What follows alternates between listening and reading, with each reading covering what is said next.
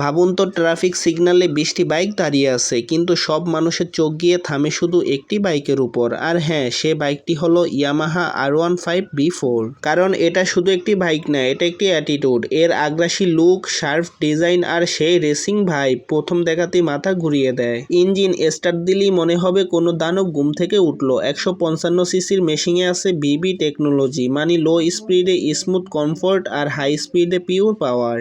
আর এর control cornering করার সময় মনে হবে বাইকটা আপনার মনের কথা বুঝে যাচ্ছে। সবচেয়ে মজার ব্যাপার হলো, এই বাইক চালালে শুধু রেস করা হয় না, এটা একটি আলাদা প্রেজেন্ট তৈরি করে। কিন্তু জানেন R15B4 এর আসল মজা কোথায়? যখন রাতে রাস্তায় আপনি থ্রোটল ঘুরাবেন আর বাইকের সেই অ্যাগ্রেসিভ সাউন্ড চারপাশে ইকো করবে, তখন বুঝবেন এটা শুধু রাইড না, এটা একটা ফিলিংস। এর quick pick up, smooth gear shift আর রেজর শার্প কন্ট্রোল আপনাকে প্রতি সেকেন্ডে কনফিডেন্স দেবে। আর সত্যি কথা বলতে কি, এই বাইক চালালে মানুষ শুধু বাইককে দেখে না, রাইডারকেও নোটিস করে। এটাই তার একটা অন্যরকম পাওয়ার। তাই যারা চায় স্পিড, স্টাইল আর রেসিং ফিল একসাথে, তাদের জন্য ইয়ামাহা R15B4 একদম পারফেক্ট একটা কম্বো।